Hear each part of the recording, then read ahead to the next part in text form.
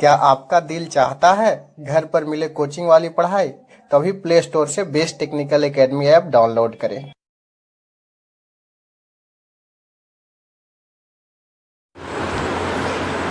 Hello dear student, कैसे हैं? आज के क्लास में हम लोग पढ़ने वाले हैं एसी सीरीज सर्किट के बारे में। एसी फंडामेंटल हम लोग पढ़ रहे थे, जस्ट उसके बाद हम लोग एसी सीरीज सर्किट आज स्टार्ट करने वाले हैं। एसी सीरीज सर्किट स्टार्ट करने से पहले थोड़ा सा हम लोग पावर के बारे में जान जाते हैं। तो पावर क्योंकि हम लोग इसमें यूज करेंगे, हमको आदत ही है, अब आप जानते ही हैं कि जो चीज़ ज़रूरत रहता है उसको हम सबसे पहले क्या करते हैं, बता देते हैं। ठीक है, तो ये हमारा ऐसा इसीलिए कि आगे चल के वो नया बिल्कुल आपको नहीं लगे। तो ये जो इलेक्ट्रिकल पावर है 3 सेक्शन में डिवाइड है। इलेक्ट्रिकल पावर जो है अगर हम पावर का बात करेंगे, इलेक्ट्रिकल पावर जो है 3 सेक्शन में डिवाइड है। Divided into 3 types. आपका एक्टिव पावर, रिएक्टिव पावर और अपरेंट पावर है। ये जो है it is divided into 3 types. ये कितना टाइप्स में डिवाइड है? 3 टाइप्स में डिवाइड है। पहला जो है आपका एक्टिव पावर है, पहला इज द एक्टिव पावर। और दूसरा जो है आपका रिएक्टिव पावर है। दूसरा जो है आपका एक्टिव पावर किसको बोलेंगे? एक्टिव पावर मान लीजिए कि फॉर एग्जांपल एक्टिव पावर, जैसे कि हम पहले फेजर डायग्राम बना लेते हैं। जैसे कि देखो, वैसा पावर जो कि आपका ये वोल्टेज और करंट है, इस तरीके से ये जो कंपोनेंट में इसमें जो पावर होगा जो कि वोल्टेज के साथ सेम फेज में होगा, तो वैसे पावर को एक्टिव पावर बोलेंगे। इसको हम लोग वाट फुल पावर भी बोलते हैं। एक होता है आपका वाटलेस पावर। ये जो होता है आपका Q से डिनोट करते हैं, और इसको हम लोग क्या करते हैं, V से डिनोट करते हैं, P से डिनोट करते हैं, और एक अपरेंट पावर होता है S से डिनोट करते हैं। तो ये हमारा 3 तरह के पावर है। ये जो मान लीजिए कि एंगल फाई है, ये मान लीजिए कि फॉर एग्जांपल करंट है I, ये मान लीजिए कि वोल्टेज V है, तो ये जो होगा से क्या होगा बताइए, P equal to VI cos phi होगा। मान लीजिए P बराबर VI cos फाई। ये कोई जरूरी नहीं कि ऊपर ही हो, ये नीचे भी हो सकता है, इस तरीके से भी हो सकता है सर। ऐसा नहीं सोचना है कि ऊपर ही होगा, ये डिपेंड करेगा कि लैगिंग है या लीडिंग है। ये मान लीजिए कि फॉर एग्जांपल लीडिंग है, लैगिंग है, तो करंट क्या होगा, बाद में होगा। अगर इस तरीके से अगर हम पावर बात करेंगे तो ये वाली P होगा, ये वाली क्या होगा, Q होगा, ये वाली क्या होगा, S होगा। P इक्वल टू क्या होगा बताइए, ये अगर फाई एंगल है तो VI कितना cos फाई, Q बराबर कितना होगा, VI कितना sin फाई। Q बराबर कितना होगा बताइए, VI of sin phi. S equal to कितना होगा बताइए, VI होगा। S बराबर कितना होगा बताइए, VI होगा ऐसा। Q बराबर कितना होगा, VI sin फाई होगा। इस तरीके से हम लोग बोल सकते हैं। एक आपका P है, दूसरा Q है, तीसरा क्या है बताइए, S है। यहाँ तक हम लोग को बात समझ में आ रहा है?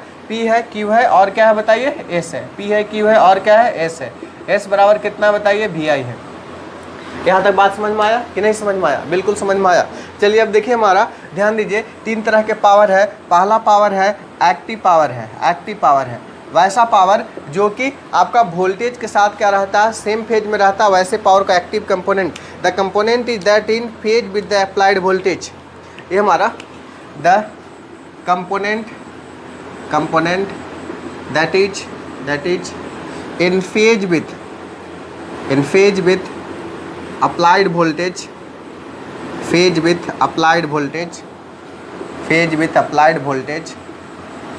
voltage is active power, active component. इसको क्या बोलेंगे, एक्टिव कंपोनेंट बोलेंगे। ठीक है, और इसमें जो पावर होगा एक्टिव पावर होगा। और साथ ही साथ जो है एक्टिव पावर को ही हम लोग क्या बोलते हैं, कंपोनेंट या पावर बोलेंगे। ठीक है, यानी कि अगर हम बात करें इस पावर को, अगर हम बात करेंगे इसको वाटफुल पावर भी बोलते हैं। This power is also called वाटफुल power. इसको वाटफुल पावर बोलते हैं। और इसको P बराबर हम लोग डिनोट करते हैं कितना, VI cos फाई। P बराबर कितना, VI cos फाई। इसका यूनिट क्या होगा, वाट होगा, या फिर इसका यूनिट क्या होगा बताइए, किलोवाट होगा। वाट होगा या फिर क्या, किलोवाट होगा। इसका यूनिट हम लोग वाट मान लेंगे या फिर कितना मान लेंगे, किलोवाट मान लेंगे। ठीक है, ये हमारा एक्टिव पावर हो गया। इसी तरीके से दूसरा जो पावर होता है वो क्या होता है, रिएक्टिव पावर। ठीक है, अब हमारा, और ये जो एक्टिव पावर किस में डेवलप होता है, एक्टिव पावर डेवलप किस में होता है, रजिस्टर में। एक्टिव पावर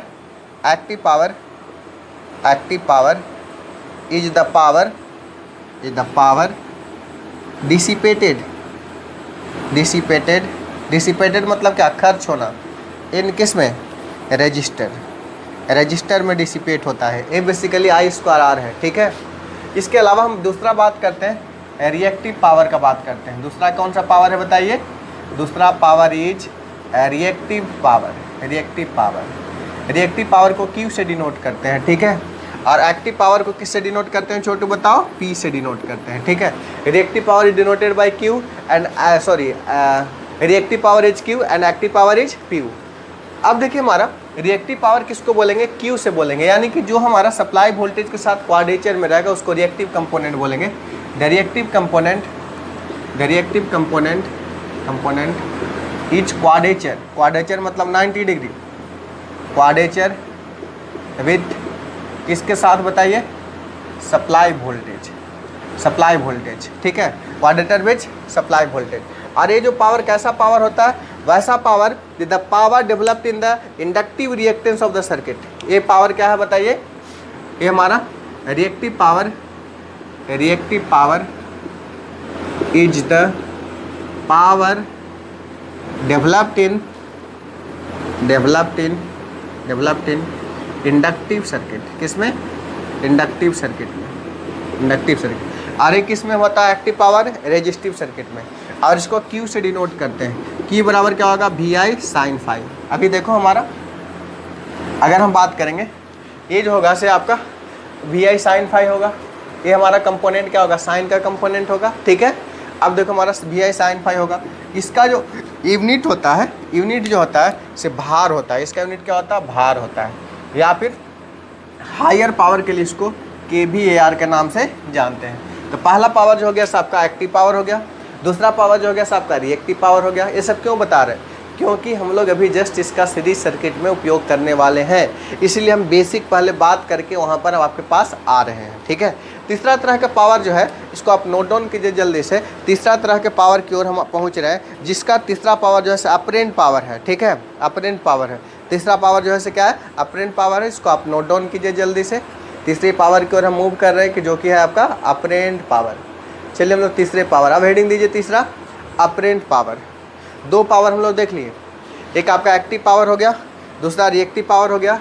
तीसरा हम लोग अपरेंट पावर की बात करते हैं। तीसरा जो पावर है apparent power, apparent power. Apparent power जिसको S से डिनोट करते हैं। ये क्या प्रोडक्ट है? RMS value of voltage and RMS value of current. It is defined as the product of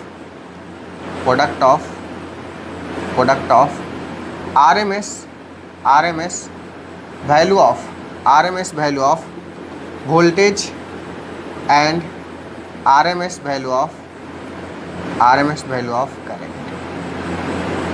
of current। यानी S बराबर क्या होगा? VI हो जाएगा। इसका यूनिट क्या होगा? वोल्ट एम्पियर होगा, या फिर क्या होगा बताइए? KVA, kilo volt ampere. Volt ampere या बड़ा पावर होगा तो इसको क्या बोलेंगे हम लोग? KVA बोलेंगे। यहाँ तक बात समझ में आया? ये हमारा एक्टिव पावर है, रिएक्टिव पावर है, अपरेंट पावर है। आगे देखिए हम बात करते हैं। आगे देखिए हमारा ये जो है अपरेंट पावर जो हम लोग बोल सकते हैं रिजल्टेंट है। किसका किसका रिजल्टेंट है? Active power and reactive power. कैसे है देखिए हमारा apparent power, the apparent power is resultant of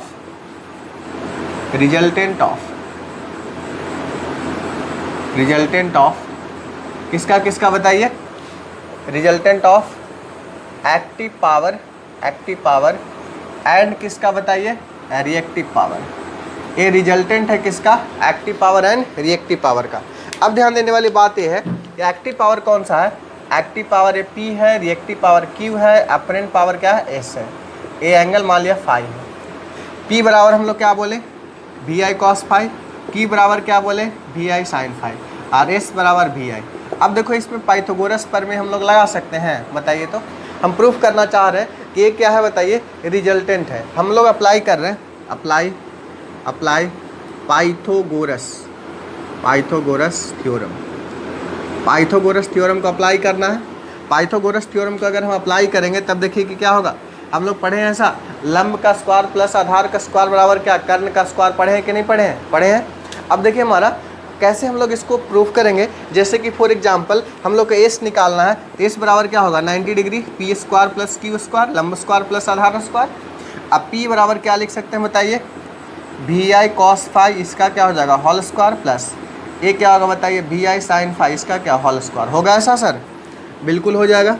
जब बिल्कुल हो जाएगा तब देखिए हमारा ये क्या हो जाएगा बताइए, V square I square cos square phi, और ये क्या हो गया V square I square sine square phi. हो गया।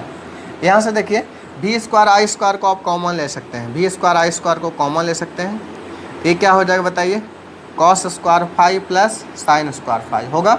और cos square theta plus sine square theta को क्या जानते हैं 1 के बराबर होता है। ये क्या हो जाएगा root under V square I square, यानी कि अपरेंट पावर जो होगा से क्या वी आई हो गया। यानी कि बोल सकते हैं कि अपरेंट पावर जो है रिजल्टेंट है, किसका किसका रिजल्टेंट है, active power and reactive power को। तो आज के बाद हम लोग ध्यान में रखेंगे ये हमारा एक्टिव पावर और रिएक्टिव पावर क्या है। एक्टिव पावर वैसा है वाट फुल कंपोनेंट है, रिएक्टिव पावर क्या है वाटलेस कंपोनेंट है, यानी कि ये जो यूज में नहीं आता है जनरली। और ये जो है से एक्टिव पावर रेजिस्टेंस के में पावर डेवलप्ड जो होता है डिसिपेट होता है उसके कारण होता है।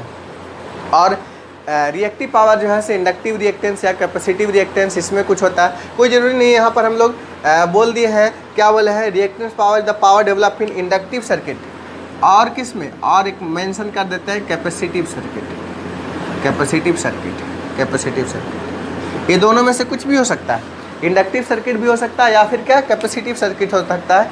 हमारा ओवरऑल रिजल्टेंट आइदर इंडक्टिव होगा, आर एल सी तीनों मौजूद रहेगा। तो एल और सी एग्जैक्ट बराबर होगा तो ना तो इंडक्टिव होगा ना कैपेसिटिव होगा, वहाँ रिएक्टेंस पावर 0 हो जाएगा। लेकिन दोनों में से कोई एक ज़्यादा ताकतवर होगा, ज़्यादा मात्रा में होगा तो इंडक्टिव हो जाएगा, कैपेसिटर वाला ज़्यादा होगा तो क्या होगा कैपेसिटिव हो जाएगा। तो ये जो है से आपका रिएक्टिव पावर इट में भी इंडक्टिव और इट में भी कैपेसिटिव कुछ भी होगा, लेकिन हमेशा क्या होगा सप्लाई वोल्टेज से 90 डिग्री होगा, इसलिए क्वाड्रेचर भी होता है, इसके हम लोग बात करते हैं। ठीक है।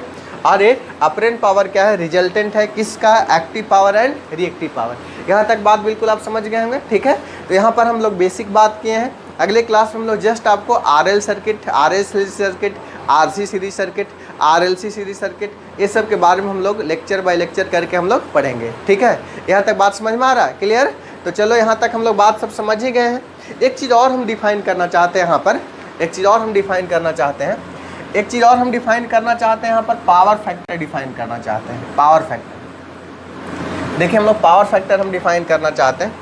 अगर हम बात करें power factor, power factor, power factor का जो हम लोग का डिफिनीशन है, पावर फैक्टर का जो डिफिनीशन है, ये पावर फैक्टर का डिफिनीशन है the cosine of angle between the voltage and current, the cosine of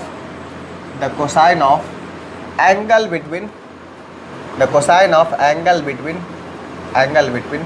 voltage and current is called power factor, it's called power factor। इसको हम लोग पावर फैक्टर बोलेंगे। पावर फैक्टर क्या होगा बताइए, cos फाई होगा। ये हमारा cos फाई, जहाँ पर फाई क्या है, फाई क्या है एंगल है बिटवीन किसके बीच, वोल्टेज एंड करंट के बीच है। ऐसा एक चीज़ और हम लोग डिफाइन कर सकते हैं। देखिए आपका अपरेंट पावर जो है से वी आई है और आपका एक्टिव पावर जो है से कितना है बताइए, वी आई कॉस फाई है। अगर पी बाई एस कर दे, पी बाई एस कर दे तो देखो वी आई कैंसिल हो जाएगा तो क्या बचेगा, कॉस फाई ही बचेगा। एक हमारा यहाँ से और डिफिनीशन निकल करके आ रहा है, एक और डिफिनीशन निकल के आ रहा है। क्या डिफिनीशन निकल के आ रहा है, देखो हमारा कि power factor is also defined as, एक और डिफिनीशन हम लोग को बन के आ रहा है कि power factor is also defined as, power factor is also defined as ratio of active power to the apparent power, ठीक है। तो बताइए power factor equal to active power P by S, P बराबर क्या है बताइए V I cos phi, S बराबर क्या है वी आई। अरे देखो वी आई से वी आई क्या होगा कैंसिल, वी आई से वी आई कैंसिल होगा तो क्या बचेगा आपको बताइए, वी आई से वी आई अगर कैंसिल हो जाएगा ये क्या बचेगा बताइए, कॉस फाई। कॉस फाई के ही तो हम लोग बोल रहे थे पावर फैक्टर, बोल रहे थे ना, यहाँ तक कोई दिक्कत है नहीं ना। ये पावर फैक्टर जो है से आपका कॉस फाई है, ठीक है। पावर फैक्टर जो है से क्या है बताइए, कॉस फाई है। तो ये हमारा पावर फैक्टर इक्वल टू क्या होगा, P/S, जो कि VI cos phi by VI, ये क्या होगा बताइए, cos phi के बराबर होगा। यहाँ तक बात बिल्कुल समझ में आया, यहाँ तक बात बिल्कुल समझ में आ गया, जो कि क्या है बताइए, cos phi के बराबर है, cos phi के बराबर है। एक चीज़ और डिफिनीशन यहाँ पर हम लोग जान सकते हैं, एक चीज़ और डिफिनीशन जान सकते हैं, पावर फैक्टर का एक और डिफिनीशन हो सकता है। देखो Q को हम लोग क्या बोल रहे हैं, रिएक्टेंस के कारण हो सकता है, I स्क्वायर इंटू मान लीजिए कि XL होगा या फिर XC होगा, ऊपर की ओर है तो XL होगा मान लिया जाए, या फिर ये हमारा S बराबर जो होगा से क्या I स्क्वायर इंटू जेड होगा, I स्क्वायर इंटू जेड होगा। ये क्या होगा, I स्क्वायर इंटू कितना होगा, X होगा। ये क्या होगा, P बराबर कितना होगा बताइए, I स्क्वायर इंटू R होगा। ठीक है, अब देखो cos phi निकालना, cos phi बराबर क्या होगा, आधार बटा कर्ण होगा। यानी कि यहाँ देखिए power factor is also defined as, power factor is also defined as the ratio of as the ratio of inductance the resistance to the impedance.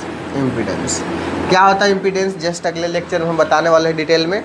यानी कि cos phi का जो डिफिनीशन हो जाएगा, cos phi इक्वल टू क्या होगा, R बटा Z. कैसे R बटा जेड होगा, देखिए हमारा cos phi बराबर क्या होगा बताइए, ये वाली आधार I स्क्वायर R, ये क्या होगा I square Z, I square से I स्क्वायर कैंसिल हुआ तो कितना हुआ R बाई जेड। यानी कि यहाँ से हम लोग कंक्लूड कर रहे हैं कि पावर फैक्टर जो है से cosine of angle between voltage and current है, active power to the apparent power है, साथ ही साथ R बटा जेड के बराबर है, R बटा जेड के बराबर है। यहाँ तक बात बिल्कुल समझ में आया, कोई दिक्कत है नहीं ना। ये सब सारे चीज़ों को हम लोग RL सर्किट में, RC सर्किट में, RLC सर्किट में हम सारे बातें को इम्प्लीमेंट करेंगे। इसलिए हम सोचे कि ये बात को आपको पहले बता देना चाहिए, जिससे कि आपको कंसेप्ट बिल्कुल क्लियर हो जाए, क्योंकि हम बिल्कुल आपको बेसिक से लेकर चलते हैं, और जब तक बेसिक से लेकर नहीं चलेंगे तब तक आप आगे नहीं बढ़ पाइएगा। तो आपको बेसिक से लेकर के चलना बहुत ज़रूरी है। हम लोग 0 लेवल से चलेंगे और एडवांस लेवल तक, up to the JEE level तक, कि आपको कोई भी क्वेश्चन में आपको दिक्कत ना हो। आगे गेट का भी क्वेश्चन तक भी आप बना सकते हैं, छोटा छोटा क्वेश्चन, इतना मैं कंसेप्ट आपको दे देता हूँ। ठीक है, क्लियर है। तो लेकिन 0 लेवल को नहीं छोड़ता हूँ, जो आपको बेसिक है वो तो है ही, वहाँ तक हम लोग लेके चलते ही हैं। ठीक है, क्लियर है। इस लेक्चर में इतना ही, हम लोग फिर मिलेंगे अगले लेक्चर में। Thank you all, have a nice day, take care.